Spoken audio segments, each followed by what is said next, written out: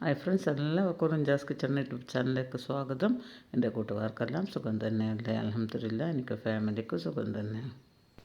ഇന്ന് ഞാൻ വന്നിട്ടുള്ളത് വടുകപ്പുളി നാരങ്ങ അച്ചാറിൻ്റെ റെസിപ്പിയും കൊണ്ടാണ്. ഇപ്പോൾ അതിൻ്റെ സീസണാണല്ലോ.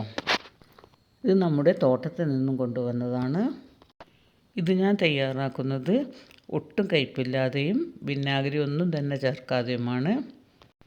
ആദ്യം തന്നെ ഇത് വാഷ് ചെയ്ത് ഇതേപോലെ ഒരു അരിപ്പത്തട്ടിൽ ഒരു 5 മിനിറ്റ് ഇതേപോലെ ആവി കയറ്റിയെടുക്കണം.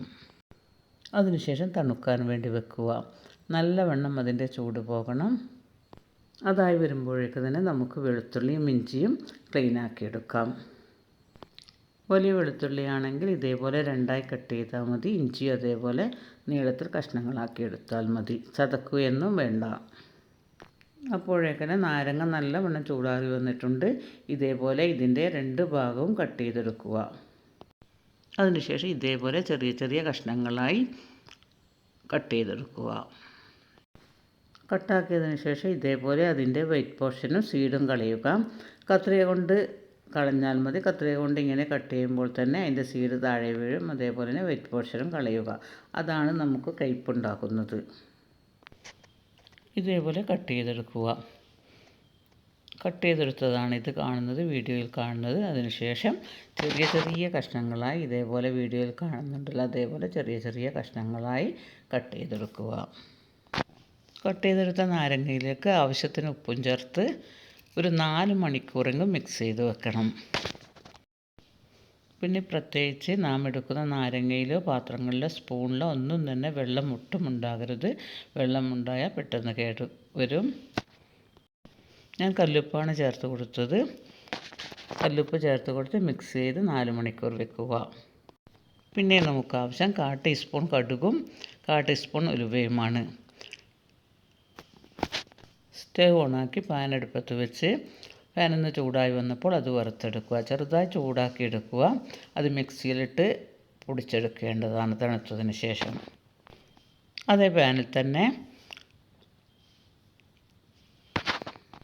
നല്ലെണ്ണയാണ് ഒഴിക്കേണ്ടത്.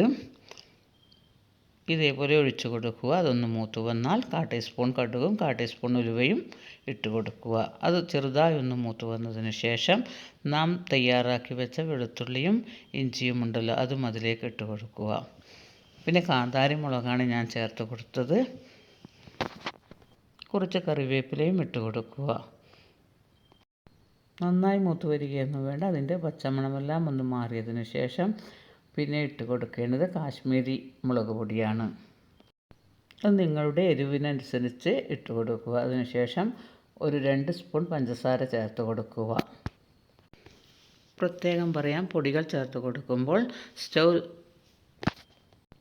സിമ്മിലാക്കുകയോ ഓഫ് ചെയ്യുകയോ ചെയ്യണം. അല്ലെങ്കിൽ പൊടികൾ കരിഞ്ഞു പോയി ടേസ്റ്റേ മാറിപ്പോകും. നാം കട്ട് ചെയ്ത് ഉപ്പ് ചേർത്ത് വെച്ച നാരങ്ങയുണ്ടല്ലോ, നാരങ്ങയും അതിലേക്ക് ചേർത്ത് കൊടുക്കുക. എല്ലാം കൂടി ഒന്ന് മിക്സ് ചെയ്യുക. മിക്സ് ചെയ്ത് നോക്കുമ്പോൾ കുറച്ച് ഉപ്പിൻ്റെ കുറവുണ്ടായിരുന്നു. അതുകൊണ്ട് കുറച്ച് ഉപ്പും കൂടി ചേർത്ത് കൊടുത്തു. എല്ലാം മിക്സ് ചെയ്തതിന് ശേഷം 1/2 ടീസ്പൂൺ കായപ്പൊടി ചേർത്ത് കൊടുക്കുക. പിന്നെ നാം തയ്യാറാക്കി വെച്ച ഉലുവയും കടുകും മിക്സിയിൽ അടിച്ചെടുത്തതാണ്. മിക്സിയിൽ അടിച്ചെടുത്തതിന് ശേഷം ഇതിലേക്ക് ഇട്ട് കൊടുക്കുക. ഇതാണ് സംഭവം മക്കളെ, നല്ല ടേസ്റ്റാണ്. നമ്മളിന്ന് കഞ്ഞിയാണ് ഉണ്ടാക്കിയത്. കഞ്ഞിയും ഇതാണ് ഇന്നുണ്ടാക്കിയത്. ഇങ്ങനെ തയ്യാറാക്കിയ 1 വർഷം വരെയെല്ലാം കേടുകൂടാതെ ഇരിക്കും. നാരങ്ങ കിട്ടുകയാണെങ്കിൽ ഇതേപോലെ ഒന്ന് ഉണ്ടാക്കി നോക്കണം. കടയിൽ നിന്നെല്ലാം കിട്ടുന്നുണ്ട്. ഇത് രാവിലെ ഒരു 11 മണിക്കാണ് തയ്യാറാക്കിയത്. രാത്രി എല്ലാം തണുത്തതിന് ശേഷം ഇതേപോലെ ഒരു ഗ്ലാസ് ഭരണിയിൽ ആക്കി വെച്ച് പ്രത്യേകം പറയുകയാണ്, പാത്രങ്ങളും സ്പൂണും ഈ ഭരണിയും ഒന്നും തന്നെ നനവില്ലാതെ ഇരിക്കണം. ഒട്ടും വെള്ളമില്ലാതെ ഇരിക്കണം, അല്ലെങ്കിൽ കേടായിപ്പോകും. എല്ലാവരും ഉണ്ടാക്കി നോക്കണം. ഇനിയൊരു പുതിയൊരു വീഡിയോ ആയി വരുന്നത് വരെ അസ്സലാമു അലൈക്കും. വീഡിയോ ഫുൾ കണ്ട് സപ്പോർട്ട് ചെയ്യുമല്ലോ.